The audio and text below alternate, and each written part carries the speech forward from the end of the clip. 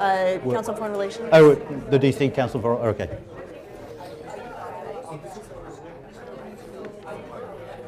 I've had no deal, I deal with Brookings there, but not, Broadcast. yeah, not CFR. So welcome everyone to the second session of today's Council on Foreign Relations Symposium on the Future of Europe. This session is titled The Troubles of Europe. We've already had quite a discussion about this, but we hope to go deeper on many of the issues. Remember, again, please completely turn off your phones, not just on vibrate. And I would like to remind the members that this meeting is on the record. Our distinguished guest today, to my left, is Peter Balasch, Director of the Center for European Neighborhood Studies at Central European University. And Peter has an extensive career in government in Hungary and on the EU. Welcome. Thank you for joining us. Anand Menon is Professor of European Politics and Foreign Affairs at King's College London, and he has written extensively on contemporary Europe. And finally, Heidi Krebo-Redeker, Senior Fellow at the Council on Foreign Relations, and again, a distinguished career both across the private and public sectors, including almost 2 decades as a senior investment banker in Europe and positions in the State Department and in Congress. So thank you for joining us. I would be remiss not to start this conversation with today's tragedy in Brussels. It has raised to the forefront a number of issues that we had planned to discuss, including Brexit, including Schengen, the issue of combating terrorism, and of course the migrant crisis. So my first question for you, Peter, is how can the EU simultaneously protect Schengen, clamp down on terrorists, and have a humane migrant policy, and all the while try to keep the economy growing? Okay, I think this is the kind of question what we call the impossible trilemma. We have several such trilemmas. You cannot solve all the questions at the same time. I think the most urgent, the most pressing problem is the refugee crisis, where we have found a way out of the actual situation with the help of German diplomacy, the Dutch presidency of the Council, with a willingness and openness of Turkey. We have accepted that indicated solution, which is full with problems along the whole way. I think Schengen can only function as a whole system. You cannot take out parts, you cannot put up small fences along the route of the refugees. We have to save Schengen for the benefit of the European Union. Now, I had the privilege to work in various European institutions, and my conclusion is that we are excellent at solving self-made problems. We create a common currency, then it gets in trouble, we sit around, and then we find a solution. We create or we set a fantastic objective of drafting a constitution. And then it fails, then we find the way out, and we call it Lisbon Treaty. And I could go on with the kind of self-made problems.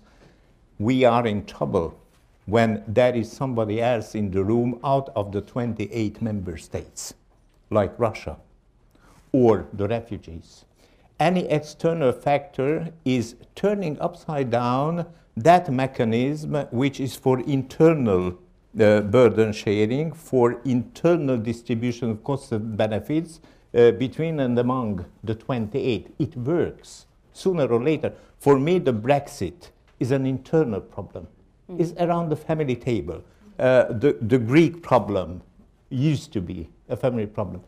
The others, you asked, are partly external problems, and here start all the weaknesses of the EU. So Heidi, can the EU adequately fight terrorism without at least considering suspending Schengen? And if any level of Schengen were changed, or if we see more border closings, how does that affect the economy?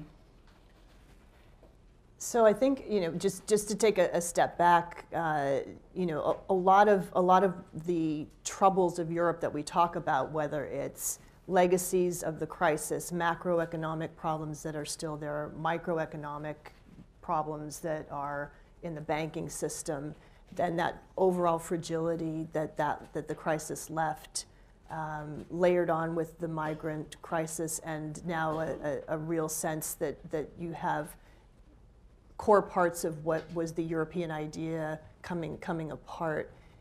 My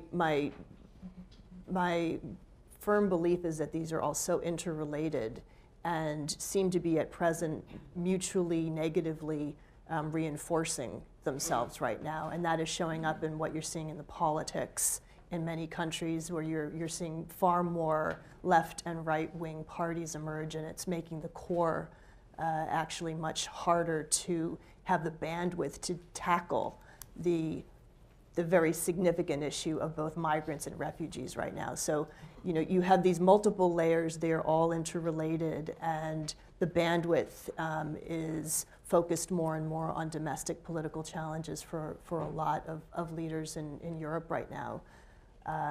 Having been in Brussels at the departure lounge yesterday morning at 8 a.m., I have to say I'm a little, I am really shocked by the tragedy of what happened this morning.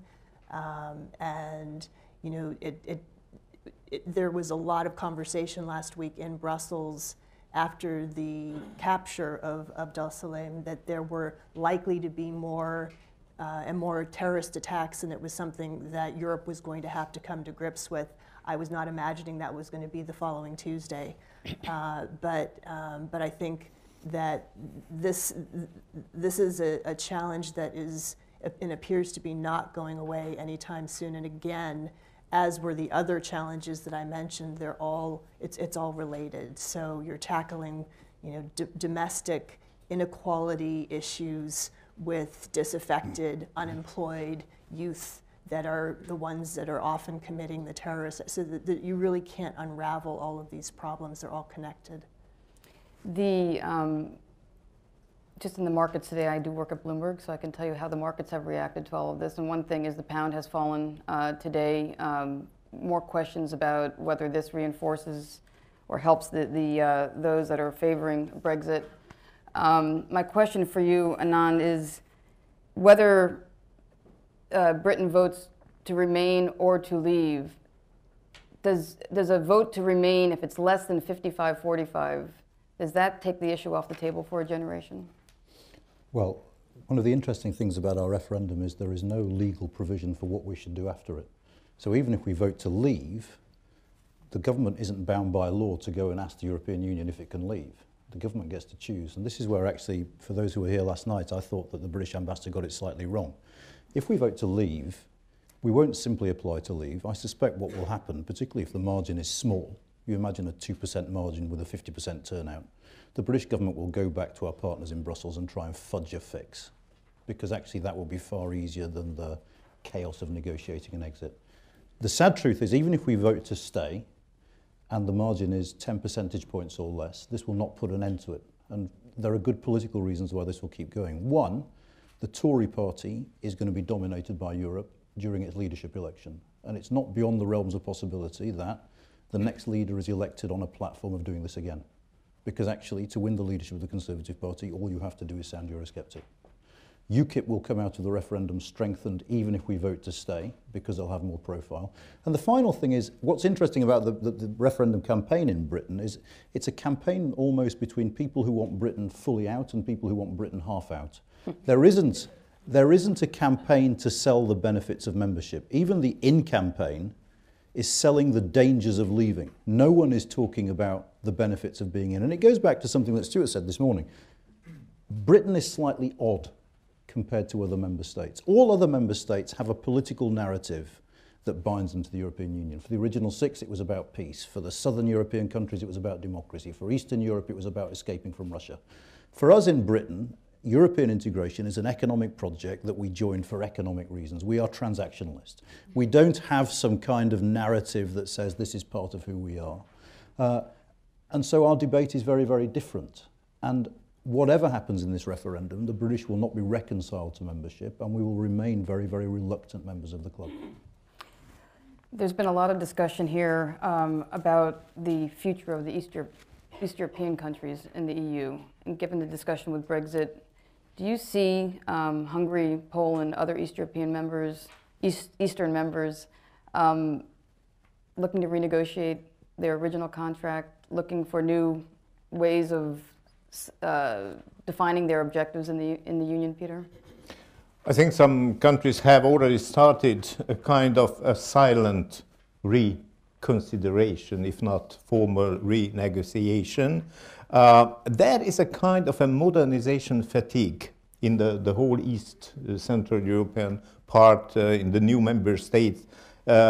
It was a fantastic challenge to be an equal member of the European Union, and the original model was full membership for full acquis communautaire, to take over the whole legal and institutional material of the EU in exchange of a full membership.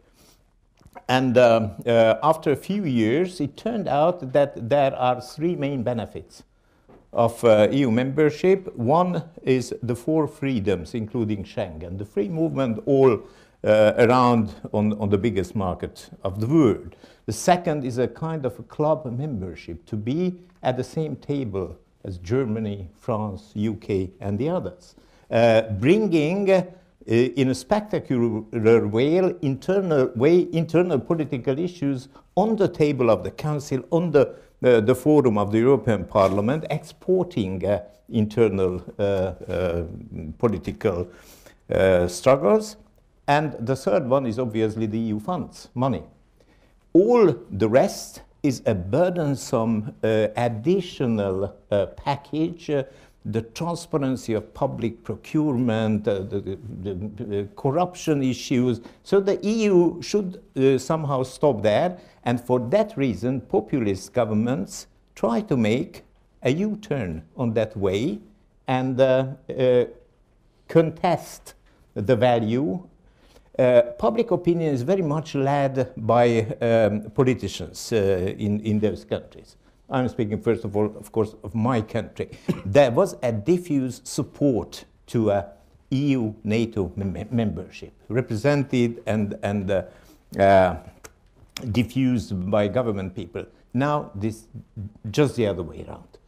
A manipulated, constructed opposition.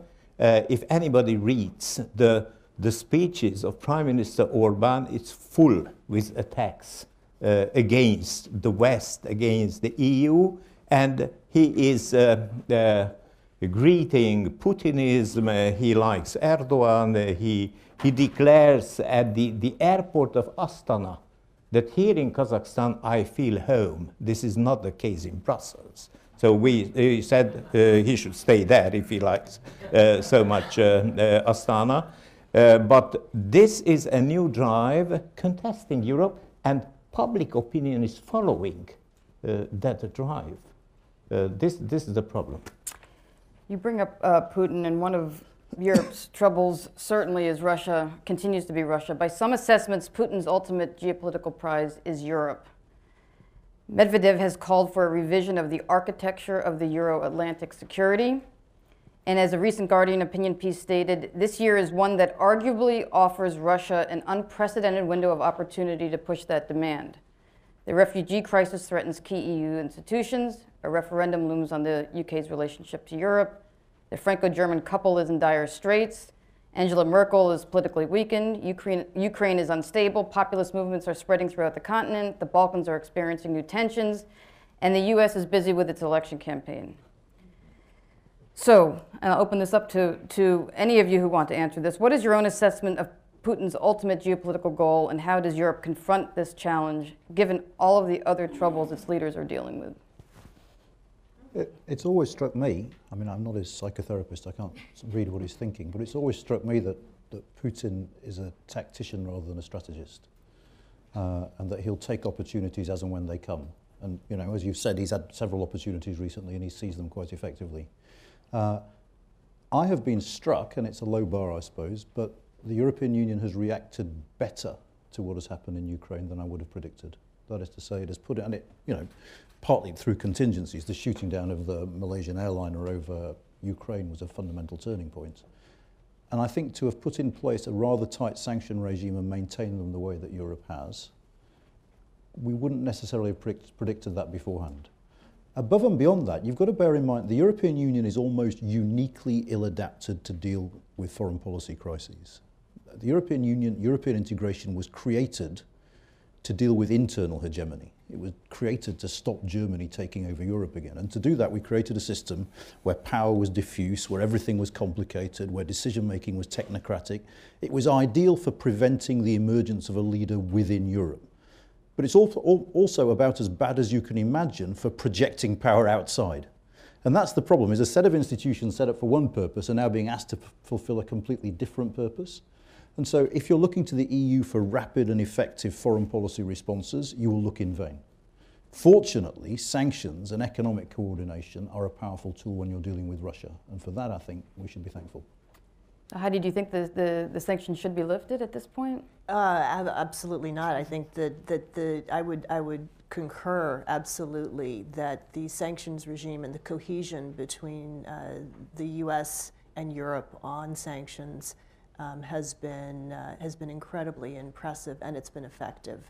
And both sides have held to the fact that Minsk needs to be implemented, and that is the prerequisite for sanctions to be lifted, and that is correct. In terms of Europe and security and thinking about Russia, I mean, we can touch on NATO, which does have obviously European members who do think quite a bit about Russia and recent Russian aggression and how to think about working with Russia moving forward. In terms of where some of the sensitivities are right now, I would say that on the U.S. side, and I'm bringing the U.S. into this as to where we actually do think a lot about what's happening in Europe, we are still providing 75% of the financial support and contributions to NATO, and that there is going to come a time where it really needs to be a much more equal burden sharing at a time when, again, as I mentioned earlier, the fact that Europe is slower in coming out of an economic crisis makes it that much more demanding for scarce funds coming out of budgets. But we do need to keep emphasizing that the contribution to budgets for NATO is very high on, should be very high on the radar of European countries, whether or not they have a foreign policy construct that you were referring to that is able to adeptly manage aggression from Russia. I think the EU can speak three kinds of languages with external partners in a proper way. These are trade, aid, and enlargement. When we speak about those three, then the EU has clear messages. Russia is not interested in the enlargement. The EU is not interested in granting aid to Russia. The only language we can use with Russia is trade sanctions. This is the only way. I agree that NATO could speak a language which is understandable in Moscow, which is a security language, which is a big power language. And the problem with Russia is that Russia is contesting the whole post-Soviet status quo. Not in a very direct way, but has created several what we call today frozen conflicts. Not all of them are deep frozen. Some are quite hot with special regard to Ukraine. And Russia is questioning the borders. There was a silent hypothesis that after the dissolution of three federal states, Czechoslovakia, Yugoslavia, and the Soviet Union, all the former administrative units of those federal states are going to be new states. And there has been a lot of trouble in Yugoslavia. There was one single peaceful divorce, that of Czechoslovakia, no problem with that. All the rest is spotted with unfinished conflict situations, And Russia is interested in maintaining such situations, starting with Nagorno-Karabakh, Transnistria, South Ossetia, and all the rest. We know the list. The hottest problem is, of course, the annexation of the Crimea and the whole situation in eastern Ukraine. And here we have a widely open set of problems with Russia. I just wanted to add, I agree absolutely with Peter that you have trade, you have aid, and you have enlargement, and that's what the EU does well. But because it does trade, aid, and enlargement, the EU can sometimes be staggeringly geopolitically naive. And I think its attempts to use trade and aid and a vague promise of enlargement towards Ukraine before what happened in Crimea played a part in provoking Russia. This isn't to justify what Putin did in any way, shape or form, but I think there was a certain naivety about the way the European Union approached Ukraine in 2013, where there was a blindness to what Russia might be thinking because of this approach, and that partly led to the problems we have. I think in the case of Ukraine, and we can, mutatis mutandis, say it for Moldavia and some others, the EU could not judge realistically its attractive power, because this has ended with Poland, Romania, and all the countries. There was no question in Warsaw, Budapest, or Bucharest where to go, east or west. In Kiev, this is a division of the society, and I was really wondering about the efficiency of our diplomacy, including all the bilateral embassies and the EU representation in Kiev. They could not predict that situation, that Yanukovych would stop his hand in the air and not putting his signature on that famous association agreement. We have misjudged the situation because Ukraine is deeply divided on the EU. And part of the eastern part is attracted more by Russia. I think this segues nicely into the Turkey agreement on Friday. Do you feel that any of the carrots offered to Turkey by Merkel are credible? I guess I'll put this to Heidi. Fast-tracking membership talks, a proposal that fills people like Cameron and the Poles with horror and most certainly would be vetoed. Does this all show just how weak Merkel is, or do you think this is an agreement that could stand? Well, since I usually talk to economic issues, I'll punt the first part of that to my colleagues that speak more on security. But in terms of looking at where the flows need to be stemmed in the immediate future, that is the first line has to be some kind of a way for refugees to come in to the European Union in a way that is manageable.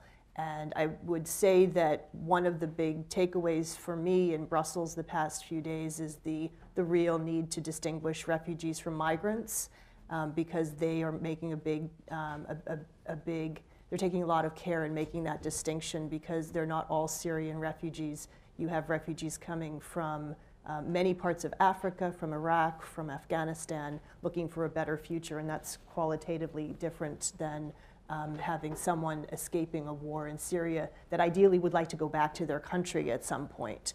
So again, this will all impact the economic future of Europe, both in positive and negative ways that we don't quite understand yet, because you do have a demographic challenge in many European countries for which an inflow of young people would be, in theory, a very good thing. How you actually integrate those people, teach them languages, and ramp their skill sets up, because they're getting a lot of people with very different sets and levels of skills into economies that some are very good at integration and others are really not.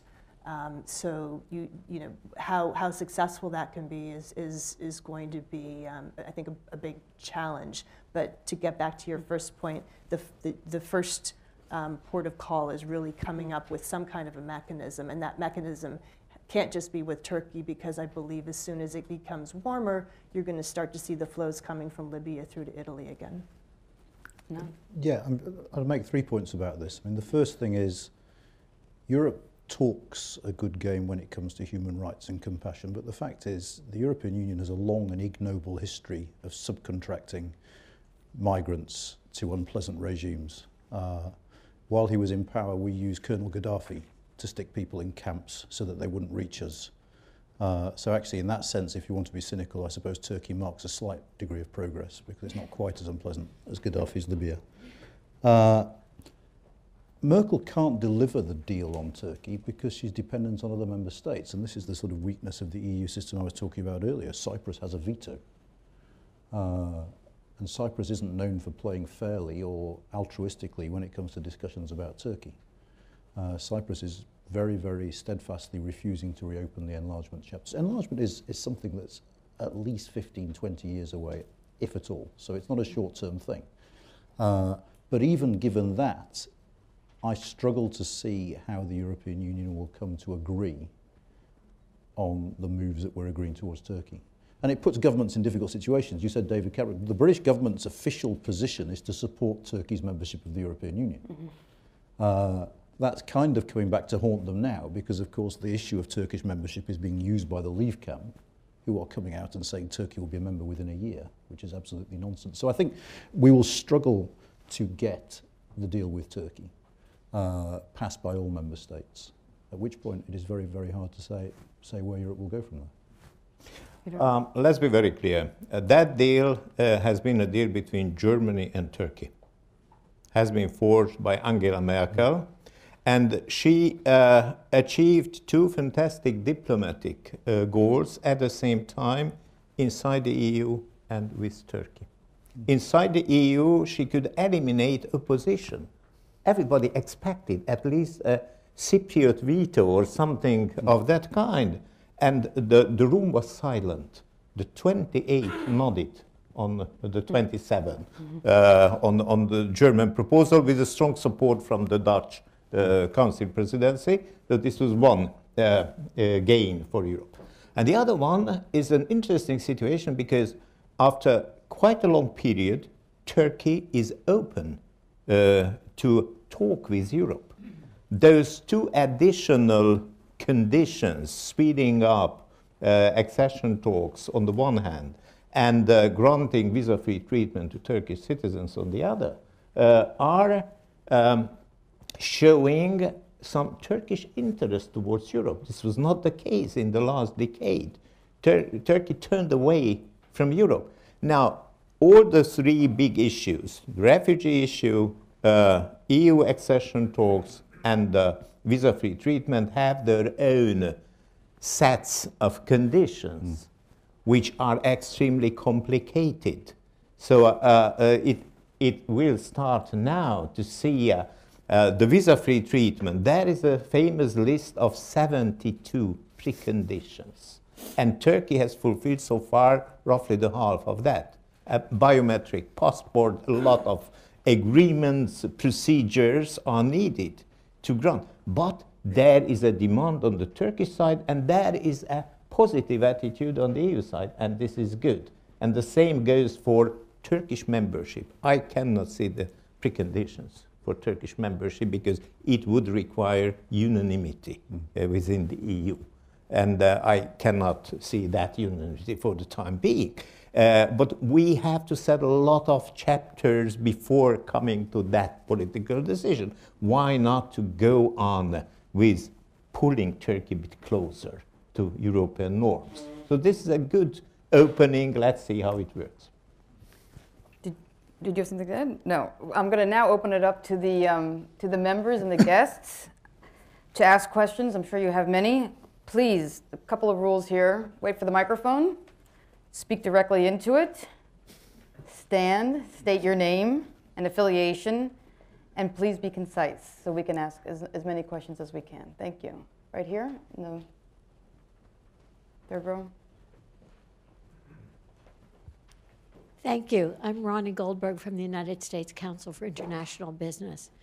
You've so far concentrated exclusively and understandably and justifiably on the security, the migration, the external threats to Europe. I wonder if the panel could address the economic threat or the economic situation internally in the EU, a competitiveness problem, serious problems with key economies, not just Greece, but France and Italy, and how you see that playing out. Thank you. Heidi, do you want to take that? So a lot of what you're talking about, there have been challenges for many years, and the coming out of the financial crisis, we still have many legacy issues of an imperfect union that are showing their heads right now, and I think Europe is at a bit of an inflection point. It probably would have been at an inflection point even without the migrant crisis, but it's even more it's more acute right now.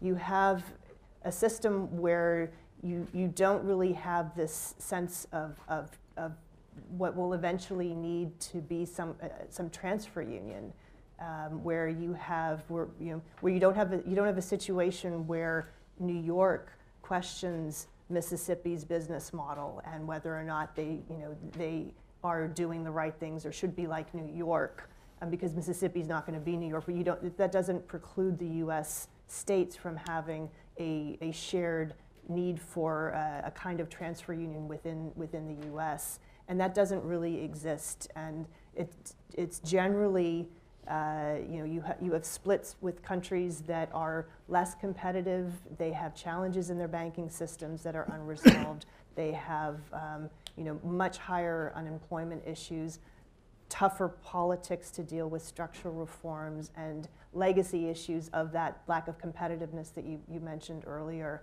And those are all still there.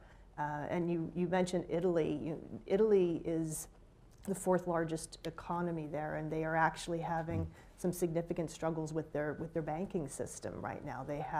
They've missed the window to create a bad bank, and new rules came in on January 1st through what was the European Union's answer to how to deal with the banks. They have a supervision mechanism in place. They have a resolution mechanism in place, and Italy didn't take advantage of that, the resolution prior to January 1st. So they have a lot of non-performing loans. They're struggling right now, and this is the fourth largest economy in Europe. So a lot of these legacy issues are still there, and are playing out with the same leaders that are trying to tackle the migration crisis right now, which is why I said bandwidth is, I believe, one of the greater challenges with tackling the myriad of issues right now that the European Union faces. And I'm generally an optimistic person, so I'm not trying to paint a very dark view, but I do think that there are legacy issues, as I would call them, that are very prominent, and particularly in Greece and in Italy. Given the weakness of the banking sector, is in your view, is this new financial architecture put in place strong enough? There's been a lot of criticism that it's not as strong and doing as good of a job as what the U.S. has put in place. So the U.S. and Europe took different paths, and there was a lot of what we would refer to as kicking the can down the road throughout the crisis in Europe. That was frustrating on this side of the Atlantic, but I would give credit where it's due in terms of the degree of difficulty of bringing together all of the Eurozone countries to come up with a single supervisory mechanism, so that you had an institution that had at least a sense with the biggest banks of what was actually going on to the best of their ability. And so I think that was a victory. In terms of having this resolution mechanism in place, it basically is a solution to the taxpayers are not going to bail out banks in the future, and I think that is a victory. It didn't take into account that that the bond holders in Italy's banks were moms and pops. So if you're going to bail them in to protect the depositors, you're basically there's an inconsistency there. So that's a legacy issue. The deposit insurance, which is that last part of this, is still a huge issue. Germany, rightfully so, does not want to take on legacy issues of banks that are not in a much better place than they are right now. And so they've taken a principled stance on this. And the only problem is, and I'm going to quote someone I spoke with over the weekend, that they're very good at saying this is not fair and this is principled, and they are right. But if we all go down together, then it doesn't matter whether you were principled or fair about this in the first place. Yes. In the front row.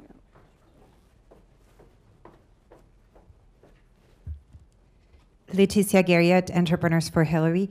Heidi mentioned the importance of increased burden sharing in NATO from our European colleagues. The question is to any of you, do you believe meaningful progress can be made in the current European fiscal context? And if so, what are the means and pathways to get there? Thank you. Yeah. Yes, you want to take that on? Yeah, burden sharing is a tremendous problem in NATO, and since the Cold War, at least, Europeans have become very comfortable with the idea of free riding on American power. And the problem isn't just fiscal. I mean, it predates the economic crisis. The problem is there are several dynamics there. One is a gradual disengagement of European publics. European public opinion is fundamentally disinterested in foreign affairs. And they don't think it's right that we invest in the military, that we have active foreign policy. So there's a public element to this. And that's being mirrored politically as well. I mean, my own country, we had the Syria vote, which I think was overinterpreted, but it certainly did indicate that there's a slight shift in terms of the attitude of British politicians. I mean, one of the most depressing things about British political life is if you listen at the annual party conferences to the speeches that the leaders make, the only reference that you will be guaranteed to hear to the outside world is it's the place where the migrants we don't want come from. There is no sense of a strategic vision. So and I think across Europe, with the possible exception of the French actually, there has been a sort of decrease in awareness of external threats and a decrease in willingness to step up to the plate. How the Americans managed to get their partners to pay a fair share of the burden, I do not know. But I think it is nothing short of appalling, the fact that the Europeans still allow the Americans to do so much of the heavy lifting. I mean, We're increasing by more than $3 billion this year for the Eastern Partnership. So it's not just that we're pulling back, we're actually putting in more. an interesting aspect of this, we did a story recently on Sweden's expenditures for the refugee crisis being higher than their expenditures on the military, and what the implications of that are for specific nations. Yes. Well, I mean, I'd say two things. There is capability, and there is a capabilities crisis in Europe, and there's also political will to use those capabilities. There are many member states in Europe that have functioning armed forces, but a government with no desire ever to deploy those armed forces. There's a slight allergy to doing so. There are subsystems testing our burden sharing capacities, like the agriculture policy, transport policy, energy policy. Everything is interconnected, and there are side payments, package deals, and the various solutions. But it is manifested in those subsystems in practice, in everyday practice. Very soon we will have a great test. This is the start of negotiations about the new long-term EU budget, which would come on the table next year, roughly. And then we are usually polarized, because there is a group of net contributors and another group of net recipients, and we will start again the fight. I'm afraid that this time the long-term, what we call financial perspective, will be different from the ongoing 7-year framework. Interesting. Yes. Here we have a question.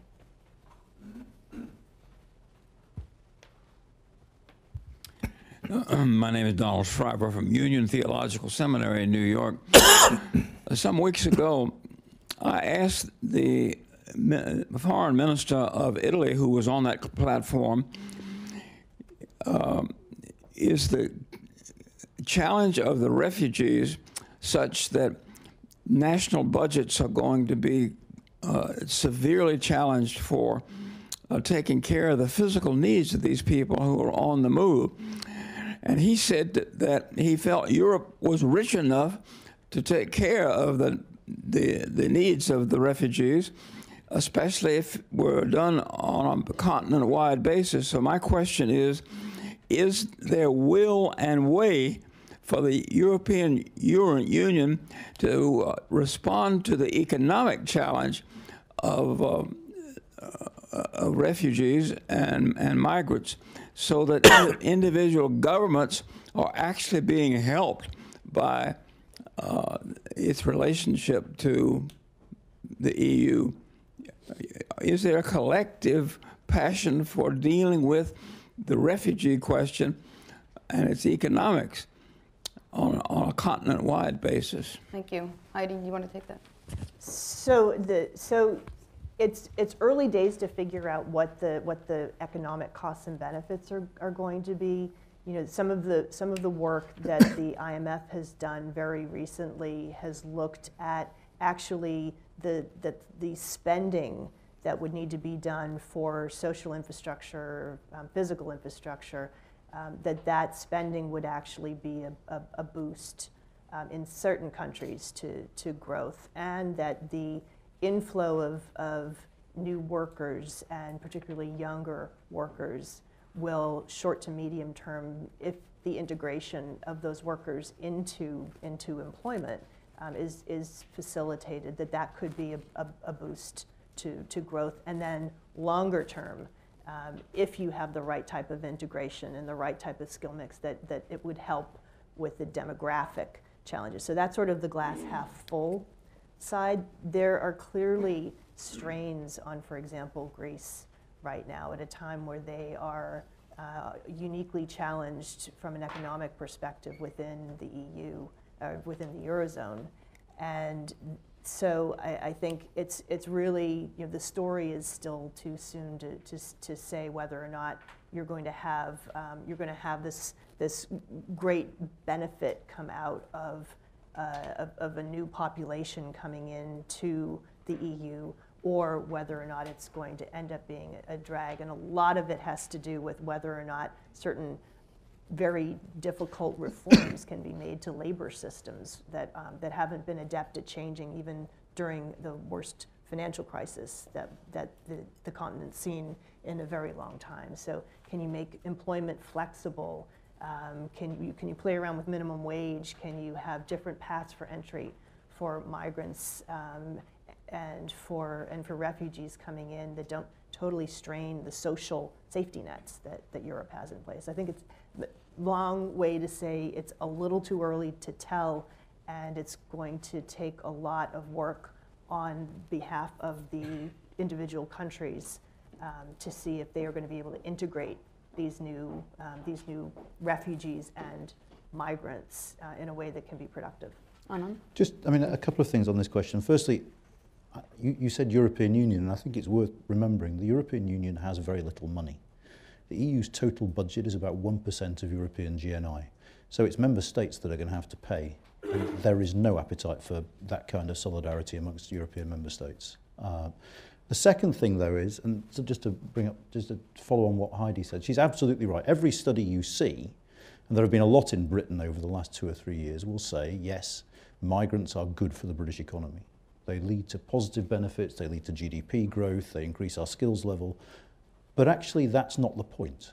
And the point is that we live in an age in Europe where you have insurgent political parties that are preying on the fears of the people who feel they've lost from globalization and see these incomers as a threat. You know, you elites in the Council on Foreign Relations might say 3% on GDP, but that doesn't help me, is the refrain you hear, when I can't get my kid into a school, I can't get into a hospital. And identity politics is looming large. One of the scariest things I think that Nigel Farage ever said, he said it on the radio a couple of weeks ago when he was challenged on this, and they said, but immigration makes us richer. And he said, well, maybe I'd be poorer but British. I'd rather be poorer but still British. And this is the politics of identity. And it makes it very, very difficult indeed for governments faced with severe challenges from the extremes of the political system to argue in favour of long-term economic benefits. And that's one of the major constraints, I think, in Europe at the moment. Yes, Peter. Let me add that the distribution of the expenses of the refugee crisis is highly asymmetrical within the European Union. There is a very big burden on Germany alone, first of all, first and utmost, and then a few countries along what we call the Balkan route entering the EU territory in Croatia, then Slovenia and Austria. There was a time when Sweden had additional expenses. The immediate needs of food and shelter administration receiving the refugees are unexpected amounts, but not beyond the capacities of the member states. The additional 3 billion euros we promised to Turkey would require some reshaping of some chapters in the EU budget, but even that is feasible. The refugee problem for the time being is not a question of money. Interesting. Questions? Yes.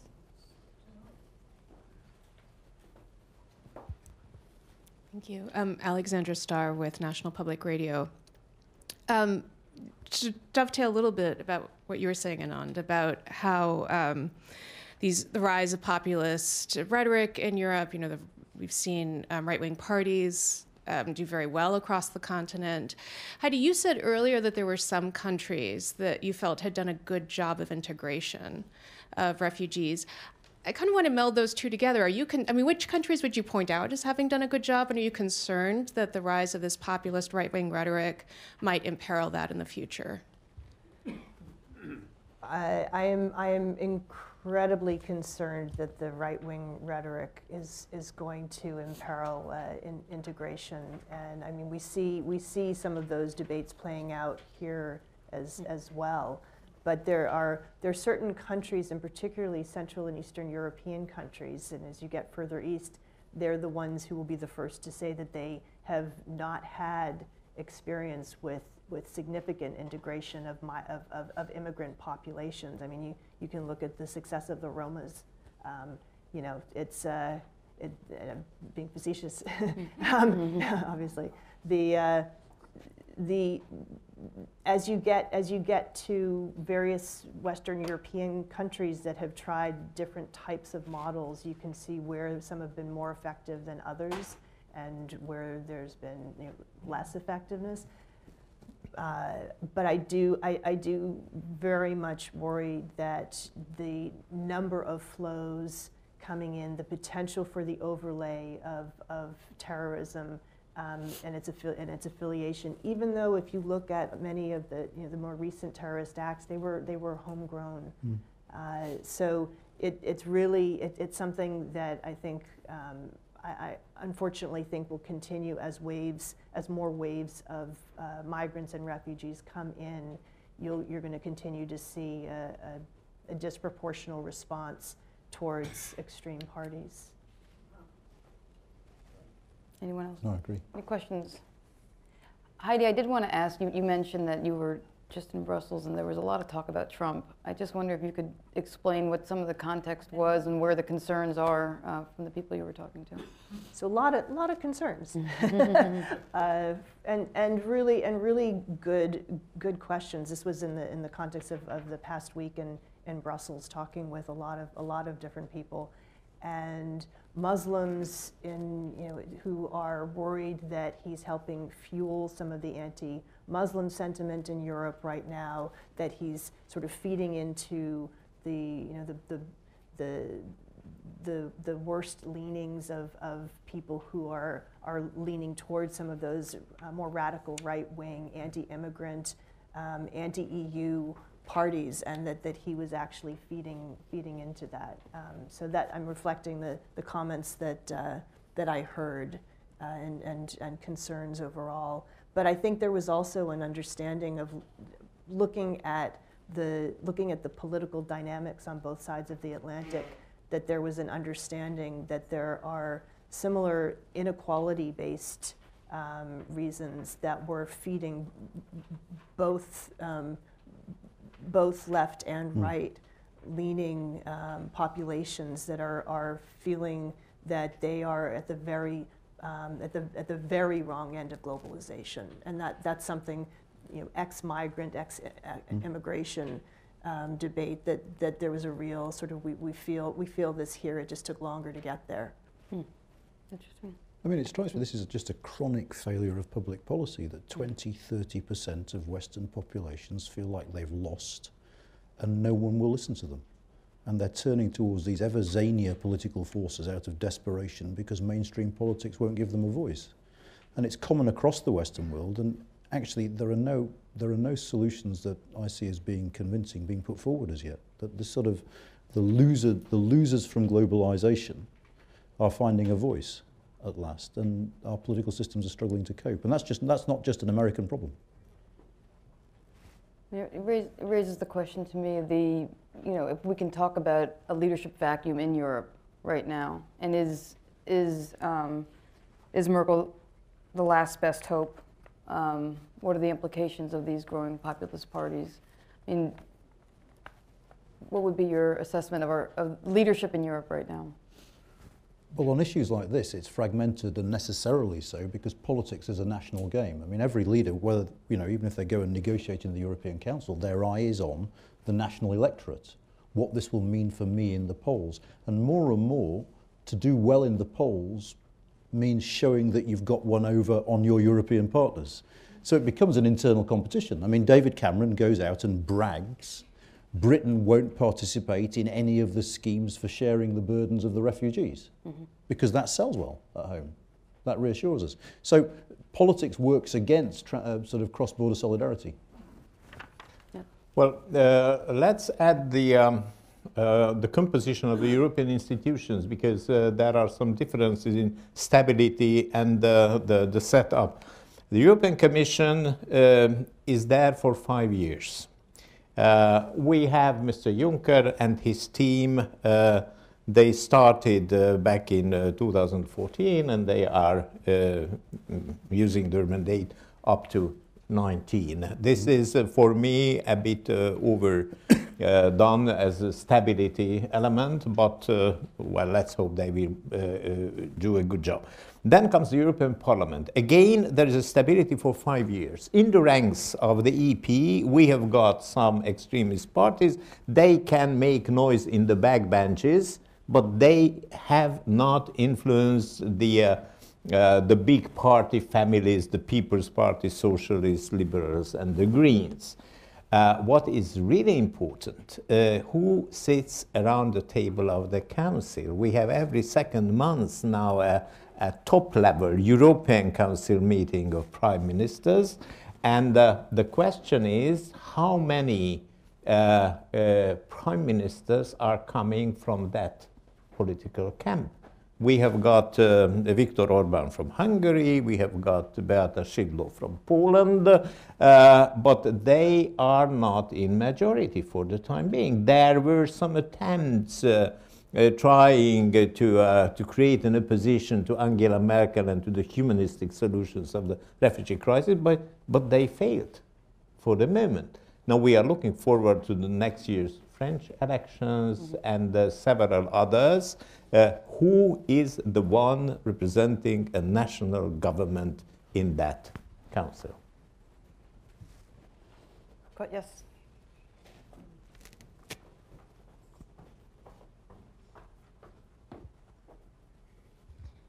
Thank you. My name is Cordelia Buchanan-Ponczek. I'm with the Polish Institute of International Affairs.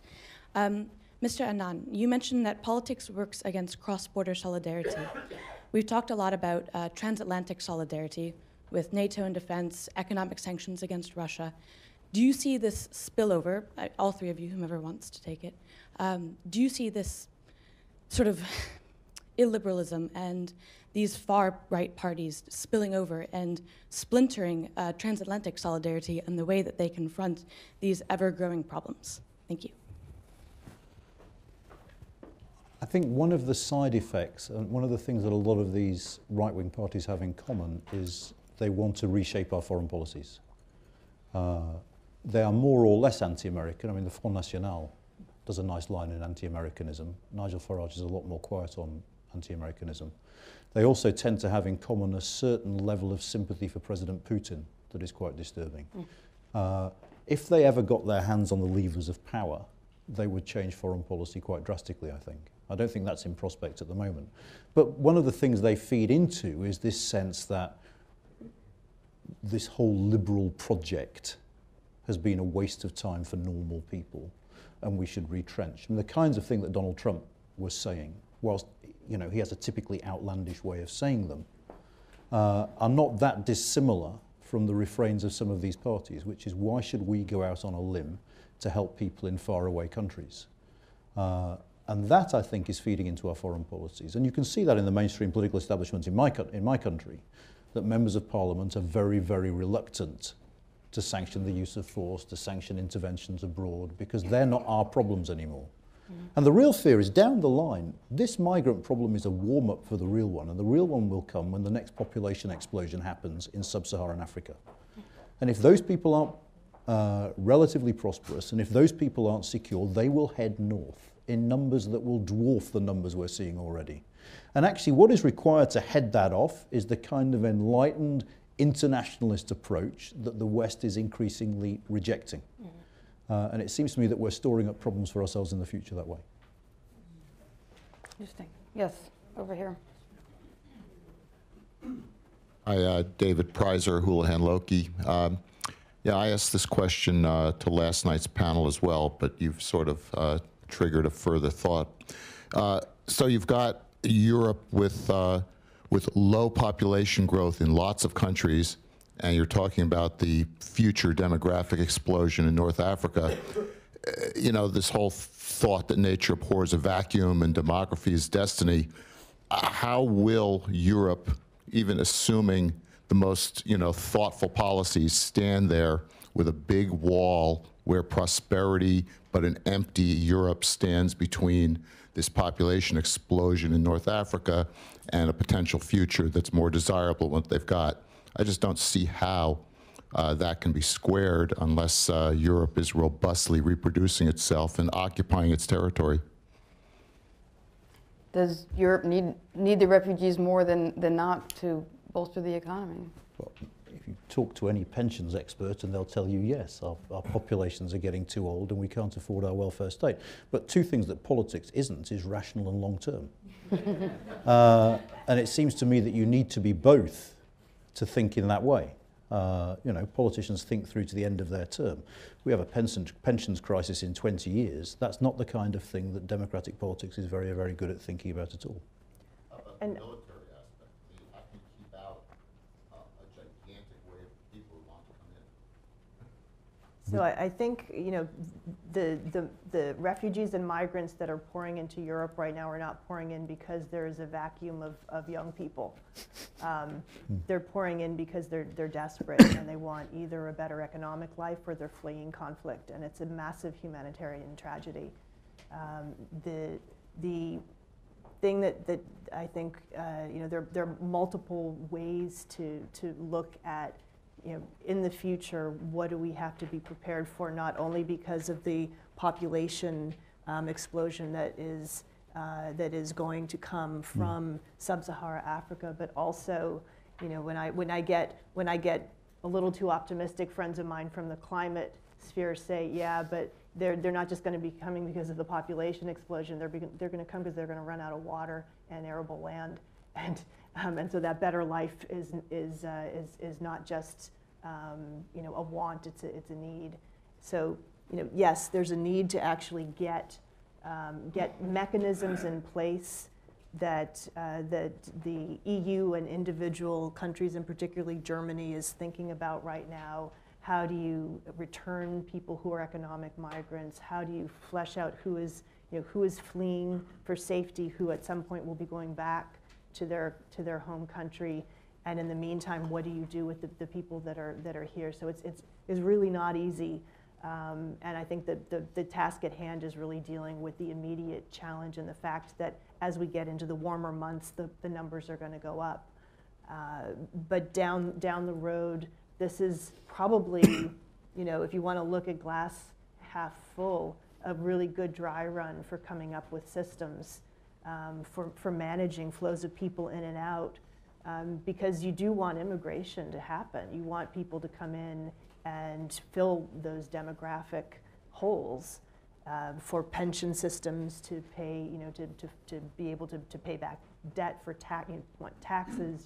There are a lot of good economic reasons to want young people to be working in an economy, but you also want to be able to not have that overwhelm the system. And remember, Europe has a very robust social safety net system that they're very proud of. And how do you maintain that in an environment where you have people coming in who don't speak the language, they don't have skills, you've got to you know, make sure that you don't have populations feeling like they're losing not only their identity, but that they're losing the very social safety nets and systems that Europe has built up over the years. So it's a very complicated problem, but this is something where it's better that the EU figures this out now than waits until there are many greater waves in the coming decades. So we need to end here on a semi-optimistic note. Thank you very much. Thank you to the panel. Thank you to the Hauser Foundation. The third session begins promptly at 11, and we invite you outside for a little coffee reception in the meantime. Thank you. Thank you.